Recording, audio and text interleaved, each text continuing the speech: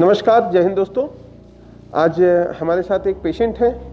ये वीडियो इसलिए बन रहा है कि अगर म्यूकरमाइकोसिस का सस्पेक्टेड मरीज हो, कोई प्रारंभिक लक्षण क्या दिखते हैं, जनरल डेंटिस्ट को या अपने घर में आपको क्या देखना चाहिए, इसलिए ये वीडियो इस एम के साथ बनाया जा रहा है। ये श्रीमती जी जो मैडम हैं, इन्होंने अभी अपने माता पिता जी को कोरोना की वजह से खोया है। काफ़ी दिनों तक ये आईसीयू में थी। इनको स्टेरॉयड थेरेपी भी हुई थी। पिछले 27 अप्रैल को ये डिस्चार्ज हुई हैं और अभी किसी के थ्रू इन्होंने हमें कांटेक्ट किया। इनके मुंह में लगातार पस आ रहा है और कुछ दांत ढीले हो रहे हैं। आइए मुंह के अंदर देखते हैं कि ये हो क्या रहा है। ये देखें, रेडी। इस प्रकार से इनके मुंह में कई जगह इस तरह से छाले हो रहे थे। ये छाले जो है ये फूट जाए, मवाद आना, पस आना। इन दांतों को देखिए, ये सारे दांत इस तरह से लूज होके हिल रहे हैं। सारे दांतों में मूवमेंट है।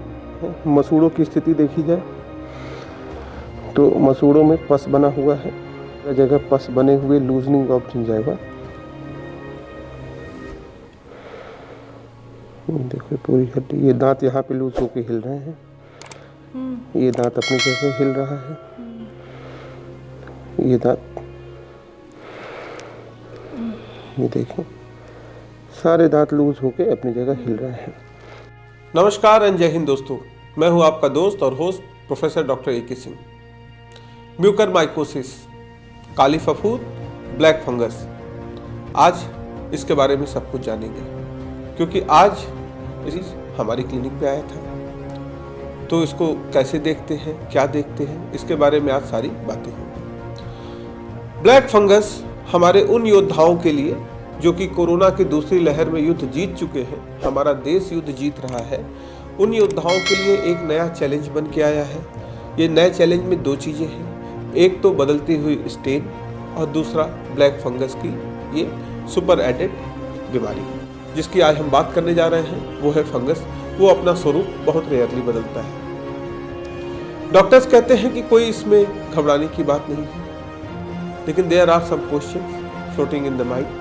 कुछ सवाल है जो दिमाग में तैर रहे हैं, जैसे ये म्यूकरमाइकोसिस है क्या, ये कब आया, क्या ये कोई नई चीज़ है जो कोरोना के साथ है, शुरुआती सिम्टम्स क्या होते हैं, इलाज क्या होता है, और सबसे ज़रूरी चीज़, सबसे परेशान करने वाली चीज़, क्या ये जानलेवा है। ब्लैक फंगस को जानने से पहले ये ज़रूरी है कि फंगस क्या होता है। फंगस परजीवी होते हैं। ये जो हम मशरूम खाते हैं, ये भी एक तरह का फंगस है। परजीवी होने का तात्पर्य यह है कि अपना भोजन स्वयं नहीं बनाते हैं। ये अपने खाने के लिए किसी न किसी के ऊपर डिपेंडेंट रहते हैं। मोस्टली जिसके ऊपर ये सर्वाइव करते हैं उन्हीं को गलाते हैं। इनके अंदर विशेष प्रकार के एंजाइम बनते हैं जो कि अपने होस्ट पे, जो इन्हें पालता है, उसके ऊपर ये एंजाइम छोड़ते हैं, जिससे उसका डिस्ट्रक्शन होता है और उससे ये खाना अपना प्राप्त करते हैं। नेचर में इनका रोल स्कैवेंजर या फिर सड़ती हुई चीज़ों को ख़त्म करने का है। ब्लैक फंगस, ब्लैक फंगस, इसको मोल्ड फंगस भी बोलते हैं।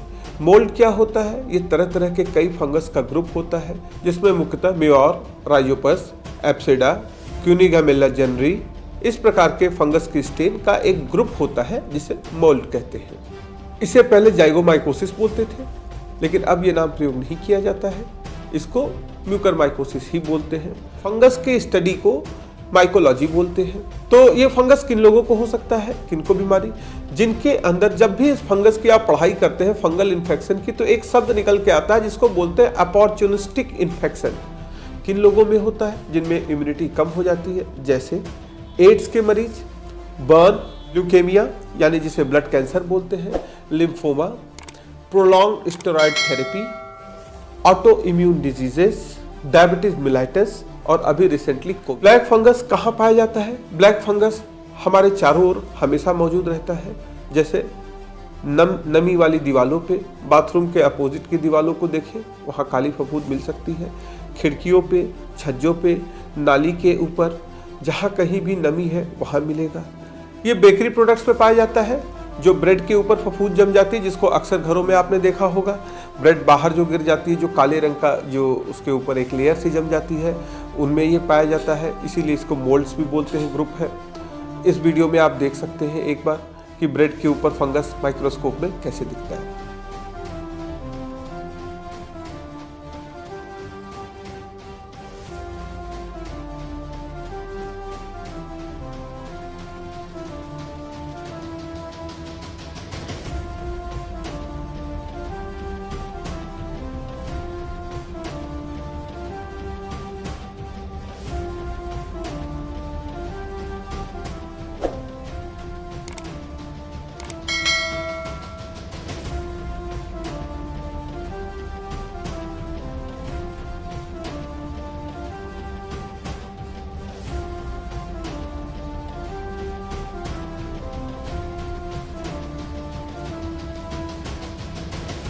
इसके अलावा दोस्तों, ये चमड़े की वस्तुओं पे जहाँ नमी हो जाती है, पुराने जूते जहाँ रखे होते हैं, जहाँ पे बेल्ट पुरानी रखी होती है, थोड़ी सी नमी होती है, उन जगहों पे इसका पनपना काफ़ी कॉमन है। इस फोटो में आप देखें, ये मलेशिया का एक मॉल है जो कि पिछले कोविड में 50 दिनों के लिए बंद था। 50 दिनों के बाद खुलने के बाद सारे चमड़े के ब्रांडेड एसेसरीज इस प्रकार से खराब हो गए। सड़ती हुई वस्तुओं पे जहाँ जीव सड़ रहे हो, पत्तियाँ सड़ रही हो, गार्बेज हो, हिंदुस्तान इन सब जगहों के लिए बहुत ही कॉमन है, यहाँ पे पाया जा सकता है। एक सवाल सबसे कॉमन ये उठता है कि कोरोना तो पूरे विश्व में है, लेकिन म्यूकरमाइकोसिस हिंदुस्तान में ही क्यों फैल रहा है? कारण है, हिंदुस्तान में गंदगी सार्वजनिक रूप से अन्य देशों की तुलना में काफ़ी ज़्यादा होती है।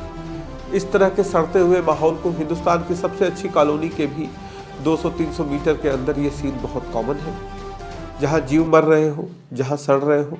एनिमल्स का एक्सक्रीटा धूल में घुला होता है, उससे स्पोर के फैलने की संभावना काफ़ी होती है।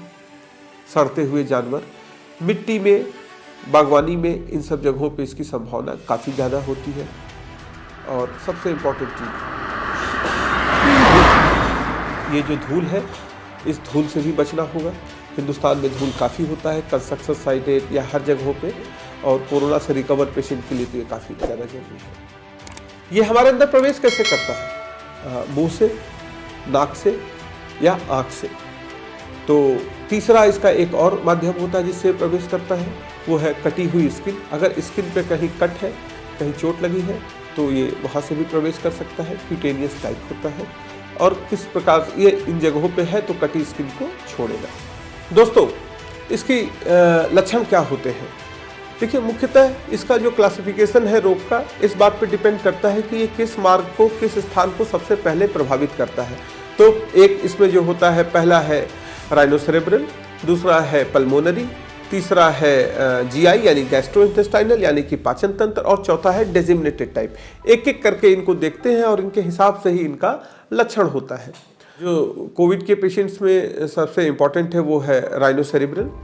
Rhino stand for the nose और cerebral that means brain. Rhinocerebral में ये नाक से या मुंह से आपके अंदर प्रवेश करता है। तो इसके लक्षण क्या होते हैं? सबसे पहले अगर ये मुंह में आता है तो मुंह में थोड़े छाले होते हैं। मसूड़ों में छाले होने के बाद दांतों में दर्द होता है। उसके बाद दांत हिलने जैसे प्रतीत होने लगते हैं। एक एक करके उस क्वाड्रेंट के सारे दांत हिलने लगते हैं, जैसा कि पिछले वीडियो में देखा आपने।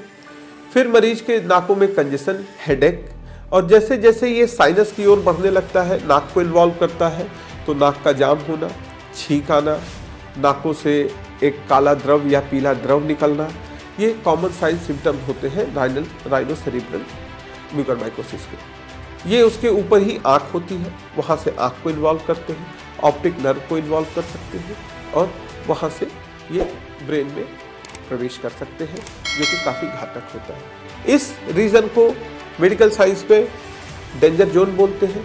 यहाँ का कोई भी इन्फेक्शन जो है वो आपके ब्रेन में इमीडिएटली जा सकता है, इसलिए राइनोसेरेब्रल सबसे खतरनाक स्वरूप होता है। इसकी जो दवाएं होती हैं उनका सेंट्रल नर्वस सिस्टम में पेनिट्रेशन बहुत ही बुरा होता है, इसलिए स्पाइन में डायरेक्ट इंजेक्शन देते हैं, जिसको इंट्राथिकल इंजेक्शन बोलते हैं। इसी तरह राइनोसेरेब्रल, इसमें आपके नाक के चारों तरफ की स्किन काली हो सकती है, आँखों में सूजन आ सकती है, एक साइड में कॉमनली होती है लेकिन दोनों भी एक साथ इन्वॉल्व हो सकते हैं।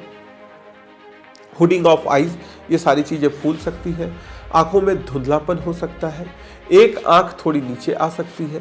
तो ये सारे कॉमन सिम्टम होते हैं ग्रोन फॉर्म के। दूसरा पल्मोनरी टाइप। पल्मोनरी टाइप में आपको छींक आ सकती है, सांस लेने में तकलीफ होती है। इस तरह की जो दिक्कतें हैं आपके खून में, आपके सांस में या छींक में काले ड्रॉपलेट्स आ सकते हैं। तीसरा होता है गैस्ट्रोइंटेस्टाइनल टाइप, यानी कि पाचन तंत्र में। इसमें आपको वोमिटिंग आ सकती है, कफिंग आ सकती है। यहाँ से बहुत रेयरली फूड पाइप को भी ये इन्वॉल्व कर लेते हैं। फूड पाइप के अलावा जो है ये इसमें आपके पॉटी में यानी कि फिकस में ब्लड आ सकता है। मरीज को काले द्रव के उल्टी आ सकती है। और चौथा सबसे खतरनाक डिसेमिनेटेड टाइप होता है, जिसमें ये ब्लड वेसल्स के थ्रू फैलता है और शरीर के किसी भी ऑर्गन को ये इस तरह से इन्वॉल्व कर सकता है। इसमें मॉर्टेलिटी रेट मोर देन 70% होती है। अगला सवाल, ये कोविड पेशेंट में ही क्यों है? जी हाँ, जैसा मैंने शुरू में ही बताया, ये एक बहुत ही मतलबी और अपॉर्चुनिस्टिक इन्फेक्शन है। ये कोविड मरीजों में इसलिए होता है क्योंकि उनके इलाज के दौरान इम्यूनोसप्रेसिव दवाएं दी जाती है, जिनमें मुख्य रूप से स्टेरॉइड दिया जाता है। स्टेरॉइड देने वाला डॉक्टर बुरा नहीं होता है। स्टेरॉइड को ऐसी दवा बोलते हैं, ये वॉकिंग मैन को सुला सकती है और सोए हुए आदमी को ये वॉक करा सकती है। ये आपके डॉक्टर चिकित्सक फैसला करते हैं कब देना है, कितना देना है। आप कोविड से बचेंगे तभी म्यूकर माइकोसिस के खतरे से निपट सकते हैं, तो आपको उस समय बचाना जरूरी होता है, इसलिए आपके डॉक्टर स्टेरॉइड देने का फैसला करते हैं। यहाँ आपको क्या करना है, खुद से स्टेरॉइड की सलाह नहीं देनी है, न किसी अपने जानने वाले को, न ही डॉक्टर को, और अपने डॉक्टर पे भरोसा रखना है। उनसे रिक्वेस्ट करना है जहाँ तक संभव हो उतना कम से कम स्टेरॉइड का डोज आपको दे। अपने शुगर पे ध्यान रखना है। ये पेशेंट्स उन्हीं पेशेंट्स में होता है जिनका स्टेरॉइड थेरेपी रहा हो, जो आईसीयू में रहे हो, और जिनका शुगर अनकंट्रोल्ड रहा हो। आज भी जिनका अनकंट्रोल्ड है उनमें इसके होने की संभावना काफ़ी ज़्यादा होती है, इसलिए अपने शुगर पे निगाह रखें। ज़रूरत पड़े तो फिजिशियन से कंसल्ट करके अपनी दवाएं बदलें। इसकी जाँच कैसे होती है? इसकी जांच में सहायक MRI होता है, CT स्कैन होता है, लेकिन इसकी जांच को जो कंफर्म करता है वो हिस्टोपैथोलॉजिकल एग्जामिनेशन, यानी कि टुकड़े को निकाल के जांच के लिए भेजते हैं। इस प्रक्रिया को बायोप्सी बोलते हैं। जहाँ कहीं वुंड है, जहाँ कहीं घाव बना हुआ है, वहाँ से स्वैब लेते हैं, उसका कल्चर करते हैं। इस विधि से इसकी डायग्नोसिस को इस्टेब्लिश करते हैं, वही कंफर्मेटरी डायग्नोसिस होती है। ये नुकसान कैसे करती है? कई स्टडीज में यह पाया गया है कि ब्लड वेसल्स के प्रति फंगस का ग्रोथ जो है, ब्लड वेसल की जो एपिथेलियम होती है, जो उसकी नलियों की सेल्स होती है, खून की नलियों की, उनके प्रति इनका लगाव काफ़ी होता है। ये उस पर ही पनपती है, उन्हें ही डिस्ट्रॉय करती है। एक बार खून की नस अगर जाम हो गई, तो नलियाँ बंद हो गई, तो उस रीजन में जहाँ खून की सप्लाई होती थी वो भी बंद हो जाती है। एवेस्कुलर नेक्रोसिस शुरू हो जाता है और वहाँ पे नेक्रोसिस यानी कि अपने आप स्वतः सड़न शुरू हो जाती है और हड्डी, दांत लूज होने लगता है या हड्डी गलने लगती है। दूसरी चीज़, खून पे जमने, खून की नलियों पे पनपने की वजह से ये और पार्ट में भी इसके जाने की संभावना बहुत तेज़ी से होती है। ये सामान्य कैंसर की तुलना में 10 गुना ज़्यादा तेज़ी से फैलता है और इसके प्रति मल्टी डिसिप्लिनरी टीम इसको और ट्रीट करती है, जिसमें सबसे इम्पोर्टेंट रोल शुरू होता है। जनरल डेंटिस्ट कॉमनली देखते हैं, अभी अवेयरनेस फैल रही है। जनरल डेंटिस्ट का सिर्फ इतना रोल होता है कि इस रोग को पहचाने और अपने मैक्सिलोफेशियल सर्जन या हायर सेंटर पे इसको रिफर करें। उसके बाद इस टीम में मैक्सिलोफेशियल सर्जन, ENT सर्जन, ज़रूरत पड़ी तो आई सर्जन, न्यूरो सर्जन, एक फिजिशियन, ICU स्पेशलिस्ट एंड बहुत ही ट्रेंड नर्सिंग स्टाफ की ज़रूरत पड़ती है। प्रोग्नोसिस, इसमें मॉर्टेलिटी जो रेट है, अगर इसे आपको समझना है तो आप ये समझें कि कोरोना जिसके लिए इतनी बातें हो रही है, उसकी मॉर्टेलिटी रेट ओनली 1 to 2% है। 100 में 1 या 2 मरीज ही अपनी जान गंवाते हैं, लेकिन इसमें 100 में 50 मरीज आपके बचने की संभावना नहीं रहती। इलाज में इसके 3 तरह की ये दवाएं हैं। सामान्य एंटी फंगल इस पे काम नहीं करते, ये 3 तरह के एंटी फंगल काम करते हैं, जिसमें मुख्य रूप से एम्फोटेरिसिन B काम करती है। एम्फोटेरिसिन B की इस समय मार्केट में शॉर्टेज है, इसके लिए सरकार या किसी को दोष न दें। ये मैं अपना अनुभव बहुत ही अथॉरिटी के साथ बताना चाहता हूँ। I am a maxillofacial surgeon, जिसको चेहरे का सर्जन भी बोलते हैं, चेहरे का प्लास्टिक सर्जन भी बोलते हैं, और इस रीजन में इन 10-20 जिलों का मैं पहला मैक्सिलोफेशियल सर्जन था, जब यहाँ के अच्छे इंस्टीट्यूट्स में भी कोई परमानेंट सर्जन नहीं था। ये बातें मैं इसलिए बता रहा हूँ कि ये 12-15 सालों में आज तक मैंने सिर्फ 2 केस म्यूकरमाइकोसिस के ऑपरेट किए हैं। इसमें से एक ऑटो इम्यून डिजीज का पेशेंट था और दूसरा किडनी ट्रांसप्लांट का। इस बातों को कहने का मतलब ये है कि ये इतना कॉमन रोग है नहीं। जो महीने में 10-5 जिले में केस होते थे पूरे जिले में, आज हर अस्पताल में 5-10 केसेस पहुंच रहे हैं। तो उसने हिसाब से दवाओं का मेंटेनेंस स्टॉक करने में कुछ तो समय लगता है, इसलिए पैनिक नहीं होना चाहिए। एम्फोटेरिसिन बी की डोज जो होती है 3 से 5 ग्राम पर मिलीग्राम पर बॉडी किलोग्राम के हिसाब से लगती है पर डे, यानी 5-6 वॉयल पर डे और n number of vials up to n number of days. कितने दिनों तक लगनी है ये किसी को नहीं मालूम है। ये पेशेंट की प्रोग्नोसिस पे डिपेंड करता है कि उसका इम्यूनोसप्रेशन कितना किया गया था, वो डायबिटिक उसका कितना था, इन सारी बातों पे ये डिपेंड करता है। इसको समझना होगा। एम्फोटेरिसिन बी क्या करती है, जो ये फंगस है इसके जो दीवार आउटर वॉल होती है इसमें ये छेद कर देती है, जिससे ये फंगस मर जाता है। अगर मेडिसिन से ये कंट्रोल नहीं होता है तो सर्जरी का नंबर आता है।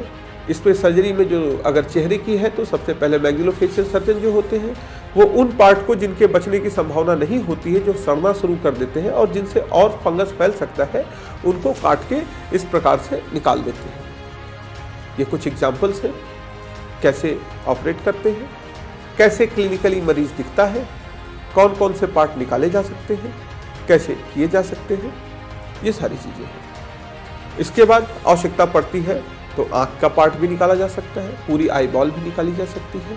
तो ये सर्जिकल टीम पूरी तरह से इसको मैनेज करती है। बचाव, दोस्तों बचाव कैसे करें? तो सबसे पहले जो मरीज ठीक होके आए हैं कोरोना से, डायबिटीज़ अनकंट्रोल्ड है, उन्हें सबसे पहले अपनी डायबिटीज कंट्रोल करना चाहिए। उनके अगल बगल रहने की व्यवस्था कैसी होनी चाहिए, वो काफ़ी हवादार होनी चाहिए, हवा वहाँ रुकना नहीं चाहिए। अगर घर पे ऑक्सीजन की आवश्यकता पड़ रही है तो उसका ह्यूमिडिफायर यानी कि जो वुल्फ बॉटल है उसका पानी बदलते रहिए। 1 बूंद मिथाइलिन ब्लू करके एक केमिकल आता है वो भी डाल सकते हैं, रिकमेंडेड है। और ऑक्सीजन सिलेंडर नए या पर्सनल संभव हो तो वो खरीद ले अगर संभव हो पाए, वरना कोशिश करें कि वो साफ़ सुथरी कंडीशन में मिले, पेंट कर दें उसको ऊपर से। इसके अलावा मरीज के कमरे में काफ़ी अच्छी हवा का वेंटिलेशन और साफ़ सफाई होना चाहिए। रुकी हवा बिल्कुल नहीं होनी चाहिए, वरना वो मलेशिया वाले मॉल की तरह हालत हो जाएगी। मरीज को धूल से, नमी से, सीलन भरी जगहों से बहुत ही स्ट्रिक्ट सावधानी से दूर रहना चाहिए। लॉन में कोशिश करें ना जाए, मिट्टी में ना जाए। बहुत मजबूरी है जाने की तो लंबे जूते या लंबे पैंट पहन के जाए। मिट्टी में खेलना, मिट्टी से काम करना, इन सब चीज़ों को थोड़ा अवॉइड करें। पशुओं से, जानवरों से, फार्म से दूर रहें। दोस्तों बचाव का अस्त्र वही है, मास्क अभी भी पहने। मास्क इसके लिए भी काफ़ी कारगर है ब्लैक फंगस इन्फेक्शन के लिए। संभव हो कोरोना से रिकवर्ड हो और ये डायबिटीज़ वाली कंडीशन हो, इम्यूनोसप्रेसेंट या स्टेरॉयड चला हो तो फेस शील्ड भी पहने। बचाव में कुछ नहीं जाता है दोस्तों, लेकिन अगर ये एक बार फंगस का इन्फेक्शन हो गया तो बहुत कुछ चला जाएगा, इसलिए इस प्रकार इसका बचाव करें। तो दोस्तों ये जानकारी थी आपको म्यूकरमाइकोसिस के बारे में। इस वीडियो को अपने दोस्तों के साथ ज़्यादा से ज़्यादा शेयर करिए, बांटिए। किसी और टॉपिक पे वीडियो चाहते हैं तो प्लीज़ इस पे मैसेज करें और हौसला रखें, एक दूसरे के साथ हौसला बढ़ाएं, नेगेटिव बातें कम फैलाएं, देश के बारे में इज्जत से बात करें और विश्वास करें हम जीत जाएंगे, क्योंकि हम जीते हैं और जीतते रहेंगे।